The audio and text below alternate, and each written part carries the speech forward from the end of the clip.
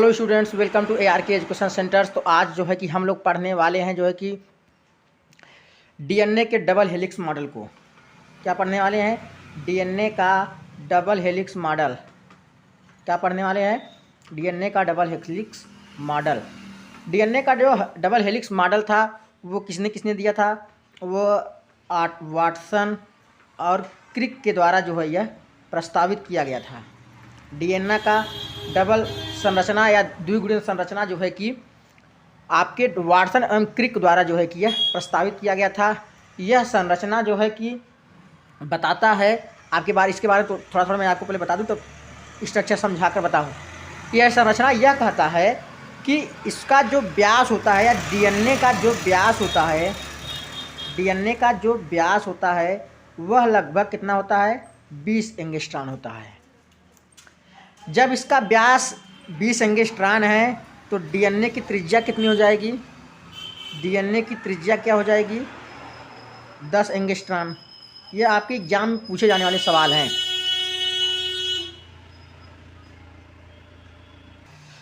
तो डीएनए का व्यास कितना होता है? 20 एंगस्ट्रॉन। इसकी त्रिज्या कितनी होती है? 10 एंगस्ट्रॉन के आसपास इसकी त्रिज्या नापी गई है। कितना? 10 एंगस्ट्रॉन। ठीक। अब इसमें कहता है कि जो कुंडली होती है, डीएनए की जो कुंडली होती है, डीएनए की कुंडली, जो कुंडली की दूरी होती है वह लगभग कितना होता है? 34 एंगस्ट्रॉन के आसपास। कितना होता है? 34 एंगस्ट्रॉन होता है। मतलब एक कुंडली की दूरी कितनी होती है या एक कुंडली की लंबाई कितनी होती है? वह होता है 34 एंगस्ट्रॉन। और एक कुंडली में एक डीएनए की एक कुंडली का लंबाई जो है कि आपका 34 एंगस्ट्रॉन होती है। और एक कुंडली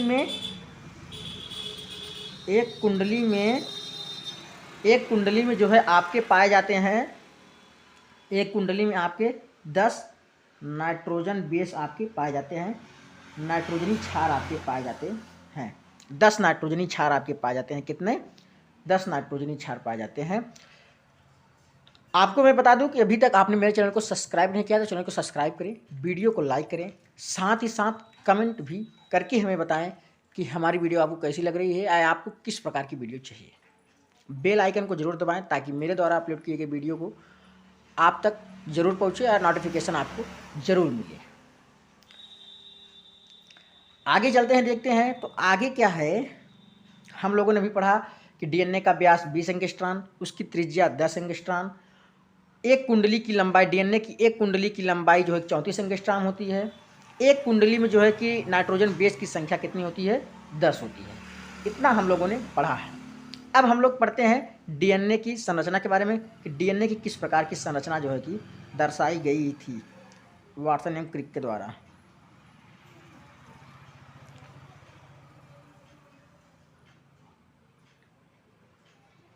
इस प्रकार से एक डीएनए की संरचना जो है कि वाटसन एवं क्रिक के द्वारा जो है कि दर्शाया गया था। ठीक।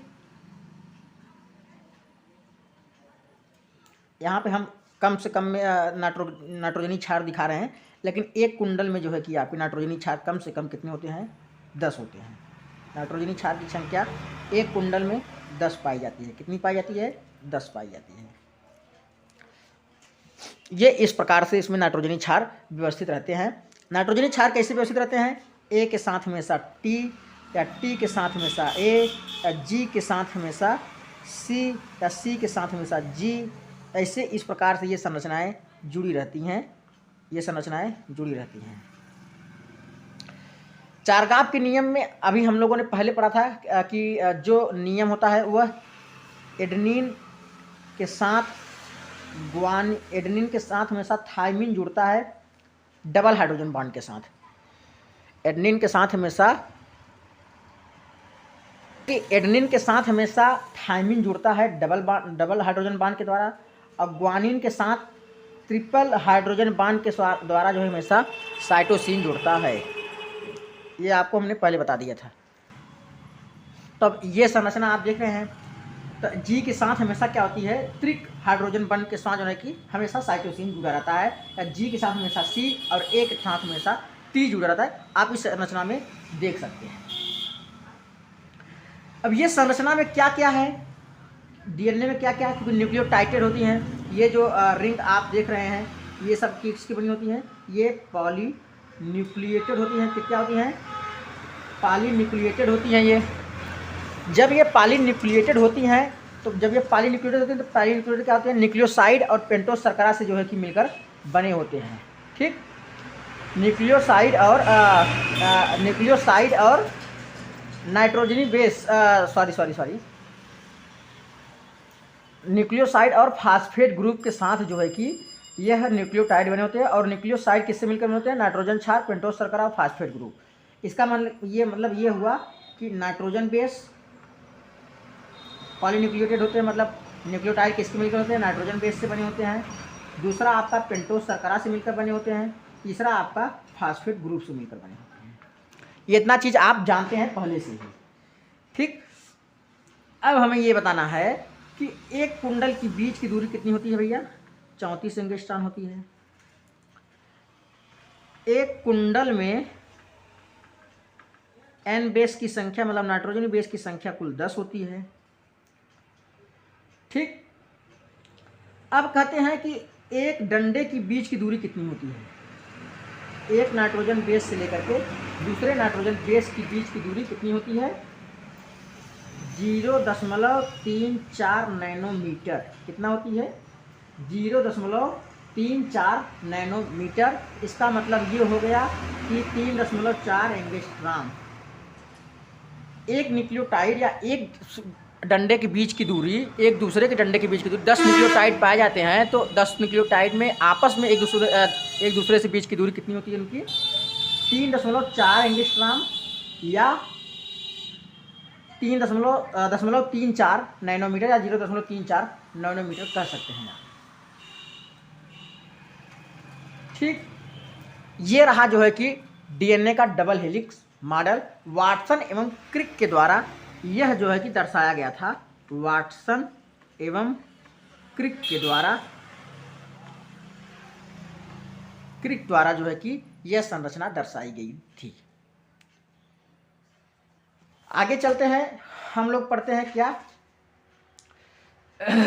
रेप्लिकेशन ऑफ डीएनए, यानी डीएनए का प्रतिलिपिकरण। क्या पढ़ते हैं हम लोग, रेप्लिकेशन ऑफ डीएनए। क्या पढ़ने वाले हैं, रेप्लिकेशन ऑफ डीएनए या डीएनए की प्रतिलिपिकरण। डीएनए की प्रतिलिपिकरण क्या पढ़ने वाले हैं, डीएनए की प्रतिलिपिकरण, ये जो है कि हम पढ़ने वाले हैं। तो कहते हैं कि एक डीएनए से दूसरे डीएनए की बनने की क्रिया को क्या कहते हैं, एक डीएनए से दूसरे डीएनए बनने की क्रिया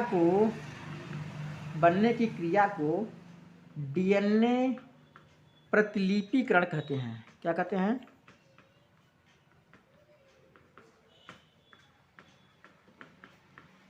डीएनए प्रतिलिपिकरण कहते हैं। ठीक, तो डीएनए रेप्लिकेशन ऑफ डीएनए या डीएनए की प्रतिलिपिकरण क्रिया क्या होती है कि एक डीएनए से दूसरे डीएनए में बनने की क्रिया को डीएनए प्रतिलिपिकरण या रेप्लिकेशन ऑफ डीएनए कहा जाता है। इसकी क्रिया विधि को हम लोग समझते हैं। इसकी क्रिया विधि क्या है, डीएनए के बनने की क्रिया विधि। क्या क्रिया विधि, डीएनए के बनने की क्रिया विधि क्या होती है, इस क्रिया को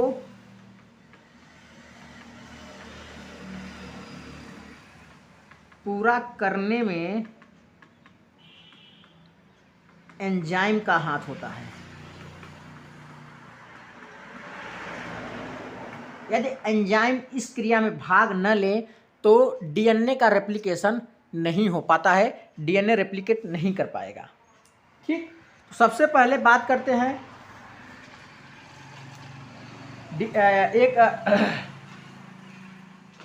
सबसे पहले बात करते हैं किसका, एक एंजाइम की जिसका नाम है टोपोआइसोमरेज या डीएनए गायरेज एंजाइम। ठीक, डीएनए गायरेज एंजाइम या इसको बोलते हैं टोपोआइसोमरेज एंजाइम। ठीक, टोपोआइसोमरेज एंजाइम होता है, ये नाम है, नोट करिए आप। इस एंजाइम की बात करते हैं तो यह एंजाइम क्या करता है कि डीएनए मतलब यह टोपोआइसोमरेज एंजाइम क्या करता है कि डीएनए के ऊपर सीधी रेखा में चलते हुए, डीएनए के ऊपर सीधी रेखा में चलते हुए डीएनए के दोनों कुंडों को सीधी रेखा में खोल देता है। चलते हुए डीएनए के कुंडलों को सीधी रेखा में खोल देता है। तो ये बात हो गई डीएनए गायरेज एंजाइम की या टोपोआइसोमरेज एंजाइम के बारे में। टोपोआइसोमरेज एंजाइम क्या कहता है, यह कह रहा है कि यह डीएनए पर सीधी रेखा में चलता रहता है। क्या करता है कि डीएनए में सीधी रेखा में चलता है, डीएनए के ऊपर यह सीधी रेखा में चलता रहता है, और जब चलता है तब यह जो डीएनए के जो कुंडल पाए जाते थे वह उस कुंडलों को जो है क्या करता है, यह खोलता चला जाता है। आइए इसको चित्र के माध्यम से देखते हैं। चित्र के माध्यम से हम लोग देखते हैं, जैसे कि ये डीएनए का ये कुंडल दिख रहा होगा आपको। ठीक, ये 5 प्राइम 3 प्राइम, ये 3 प्राइम, ये 5 प्राइम। ठीक, इस प्रकार से जो है कि संरचनाएं उपलब्ध होती हैं। तो ये 3 प्राइम से 5 प्राइम हो गया, 5 प्राइम से 3 प्राइम, ये आपको दर्शाना होता है। मान लीजिए एग्जाम में पूछता है तब इस प्रकार से, मान लीजिए ये कुंडल आपके व्यवस्थित रहते हैं, नाइट्रोजनी क्षार या नाइट्रोजनी बेस इस प्रकार से उपलब्ध रहते हैं। तो मान लीजिए ये आपका है कौन सा भैया एंजाइम, टोपोआइसोमरेज एंजाइम। कौन सा एंजाइम है ये, टोपोआइसोमरेज एंजाइम। टोपोआइसोमरेज एंजाइम है। यह क्या करता है कि ये डीएनए पर सीधी रेखा में चलता रहता है और जो इसके कुंडल है उसको खोलता चला जाता है। जब कुंडल को खोल देगा तो ये किस प्रकार से दिखने लगेंगे, इस प्रकार से ये दिखने लगेगा। ये दिखेगा 3 प्राइम 5 प्राइम, और ये इस प्रकार से हो जाएगा। तो ये 5 प्राइम हो जाएगा, ये 3 प्राइम हो जाएगा। ठीक, तो यहाँ पे कौन सा एंजाइम पड़ा हुआ है भैया, अभी तक खुला नहीं है। आगे ये संरचनाएं खुल रही हैं, आगे चलती रहेंगी तो ये खुलती जाएंगी। तो ये एंजाइम कौन सा है आपका, टोपोआइसोमरेज। ठीक, इसको बोलते हैं टोपोआइसोमरेज एंजाइम। इस प्रकार से आपके नाइट्रोजनी बेस यहाँ पे जुड़े रहते हैं। ठीक, ये कुंडलों को क्या कर रहा है, सीधा कर दे रहा है। ये आपकी कुंडली लगी हुई संरचना थी, यहाँ पे आपको मान लीजिए कि टोपोआइसोमरेज आ गया। टोपोआइसोमरेज जब आ जाता है तो वो जब सीधी रेखा में चलने की प्रक्रिया हो जाता है या चलने लगता है, तब यह टोपोआइसोमरेज क्या करता है कि डीएनए के कुंडलों को क्या करता है, यह सीधी रेखा में खोलता चला जाता है। ये बात हो गई टोपोआइसोमरेज एंजाइम के बारे में। दूसरी अब लोग हम बात करते हैं एंजाइम के बारे में। कौन से एंजाइम होता है, दूसरा एंजाइम होता है आपका हेलिकेज एंजाइम। क्या होता है, हेलिकेज एंजाइम। ठीक, दूसरा आपका हो जाता है हेलिकेज एंजाइम। ठीक है, तो यह एंजाइम क्या करता है, यह एंजाइम नाइट्रोजन बेस के मध्य, क्या होता है, नाइट्रोजन बेस के मध्य उपस्थित हाइड्रोजन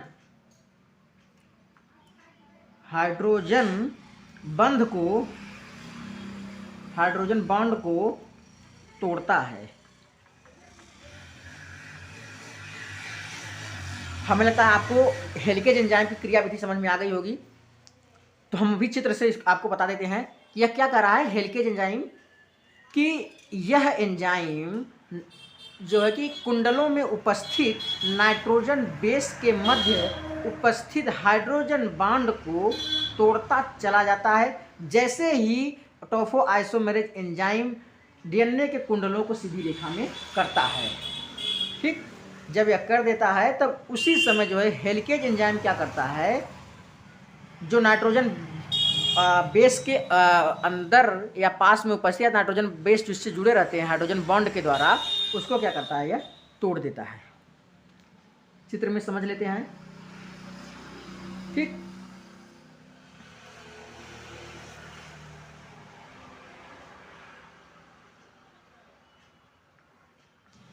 ये आपका टोफोआइसोमरेज एंजाइम जो है कि इसको तोड़ता चला जाएगा, मतलब सीधा करता चला जाएगा। टोफोआइसोमरेज जो है आपको क्या करेगा, तोड़ता चला जाएगा। तो ये क्या है आपका, ये है आपका भैया हेलिकेज एंजाइम। हेलिकेज एंजाइम क्या करता है, हेलिकेज एंजाइम ये करता है कि जो नाइट्रोजन बेस में उपस्थित हैं, नाइट्रोजन बेस में जो उपस्थित बॉन्ड है हाइड्रोजन बॉन्ड, उसको क्या करता है, ये तोड़ देता है, ठीक।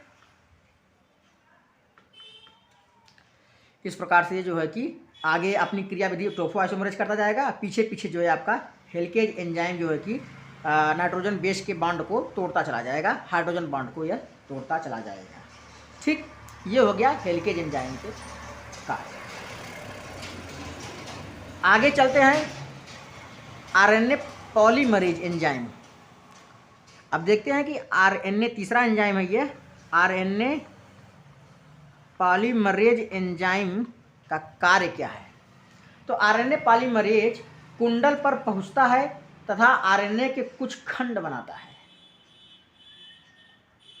आरएनए पॉलीमरेज क्या करता है, RNA polymerase enzyme, RNA polymerase enzyme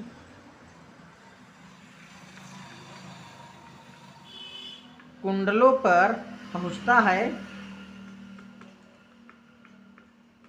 तथा आरएनए के कुछ खंड बनाता है। आरएनए क्या करता है, कुछ खंड का निर्माण करता है।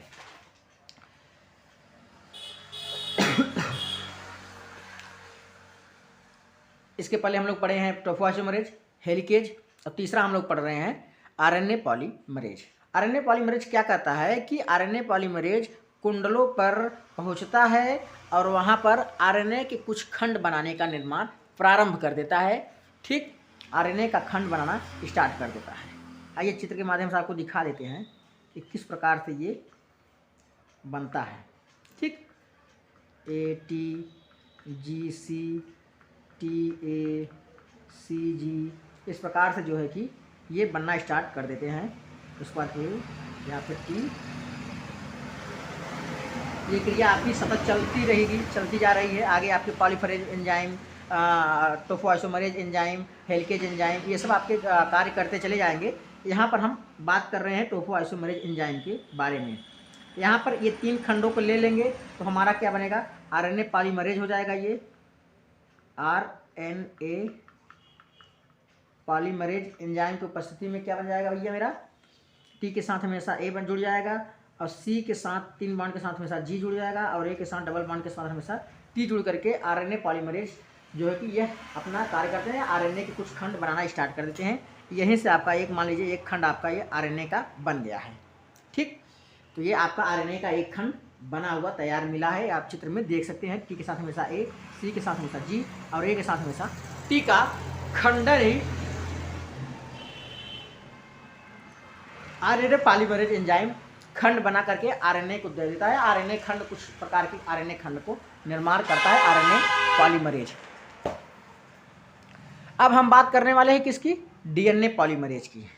किसकी बात करेंगे भैया, डीएनए पॉलीमरेज की। तो DNA polymerase enzyme DNA polymerase enzyme क्या करता है कि यह एंजाइम कुंडल पर पहुंचता था डीएनए खंडों का निर्माण करता है। जैसे आरएनए पॉलीमरेज कर रहा था कि आरएनए कुंडलों पर पहुंचता है और आरएनए का निर्माण करता है, आरएनए खंड का निर्माण करता है। यह एंजाइम क्या करता है, यह एंजाइम कुंडल पर पहुंचकर यह डीएनए का या डीएनए खंड का निर्माण करता है।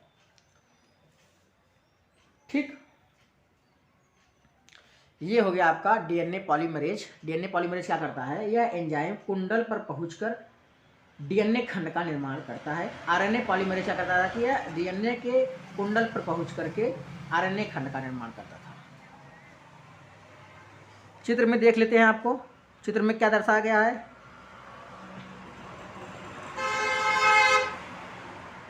ठीक, उसमें हम बताए नहीं थे। मान लीजिए ये टोफो आइसोमरेज हो गया, टोफो आइसोमरेज हो गया ये।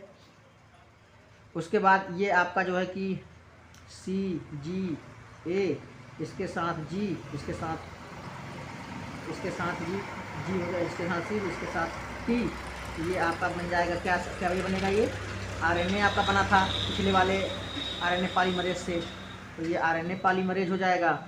ठीक, उसके बाद यहाँ पर रेखांकित रूप में ये क्या दर्शाया गया था, ये हेलिकेज एंजाइम दर्शाया गया था। इसमें आपको संपूर्ण हम बता देते हैं। उसके बाद ये G, उसके बाद ये C, उसके बाद ये T हो जाएगा। ठीक, अब यहाँ से एक खंड का निर्माण होगा जिसे बोलते हैं भैया कौन, डीएनए लाइगेज।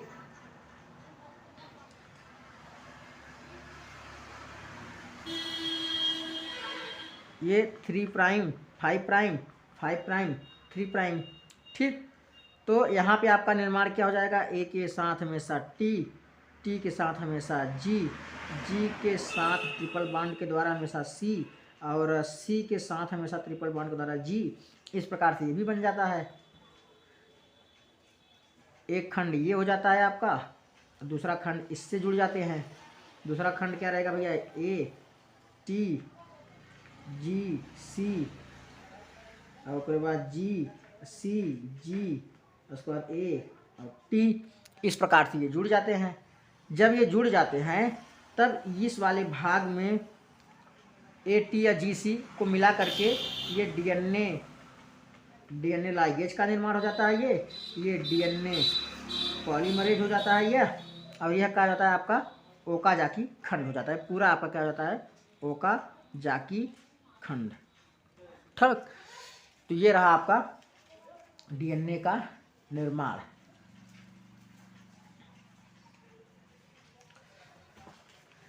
ये हम लोग क्या पढ़ा, डीएनए का निर्माण।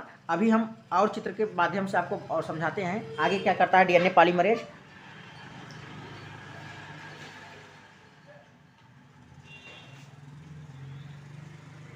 आगे देखते हैं, ओकाजाकी खंड हम लेते हैं। अब ओकाजाकी खंड में क्या लेंगे, ओकाजाकी खंड में हम लेंगे 5 प्राइम टू 3 प्राइम। ओकाजाकी खंड क्या होता है, 5 प्राइम टू 3 प्राइम पर बनता है। ठीक, हमेशा आप ध्यान लिखिएगा। तो यहाँ पे हो जाएगा 3 प्राइम से 5 प्राइम। उसके बाद यहाँ पर क्या हो जाएगा 5 प्राइम टू 3 प्राइम। यहाँ पर A के साथ हमेशा T, G के साथ C के साथ हमेशा G, या G के साथ हमेशा C, T के साथ हमेशा A, फिर A के साथ हमेशा T का बंध हमेशा में जुड़े रहते हैं। ये हमेशा डबल बॉन्ड, ये हमेशा ट्रिपल बॉन्ड, ये हमेशा ट्रिपल बॉन्ड, ये हमेशा डबल बॉन्ड, ये भी डबल बॉन्ड के द्वारा जुड़े रहते हैं। फिर दूसरा एक ओकाजाकी खंड लेते हैं, ये 3 प्राइम टू 5 प्राइम हो जाएगा, 5 प्राइम, फिर ये 5 प्राइम टू 3 प्राइम हो जाएगा। ठीक, ये भी क्या हो जाएगा, A के साथ हमेशा T, T के साथ हमेशा A, G के साथ हमेशा C, C के साथ हमेशा G, उसके बाद G के साथ हमेशा C, A के साथ हमेशा T। Double bond, triple bond, ये ट्रिपल बॉन्ड, ये डबल बॉन्ड हमेशा इससे जुड़े रहते हैं। ठीक, अब इसके द्वारा जो है कि एक ओकाजाकी खंड से जो है कि एक डीएनए का निर्माण हो गया, एक डीएनए का निर्माण कंप्लीट हुआ। अब इससे क्या हो गया, दूसरे डीएनए का निर्माण कंप्लीट हुआ, दूसरे उपयोगी खंड से दूसरे डीएनए का निर्माण हुआ। ठीक, ये 5 prime to 3 prime, 3 prime to 5 prime. ठीक, ये भी 5 प्राइम से 3 प्राइम और 3 प्राइम से 5 प्राइम का निर्माण हुआ। तो इस प्रकार से 2 नए डीएनए का निर्माण आप कंप्लीट देख लिए हैं। तो आज के लिए बस इतना ही। कल हम लोग जो है कि आरएनए की बनने की क्रिया में पढ़ेंगे, अनुलेखीकरण पढ़ेंगे, ट्रांसक्रिप्शन के बारे में पढ़ेंगे। तो अभी तक आपने मेरे चैनल को सब्सक्राइब नहीं किया, चैनल को सब्सक्राइब करें, वीडियो को लाइक करें, साथ ही साथ कमेंट करना ना भूलें और बेल आइकन को जरूर दबाएं। धन्यवाद।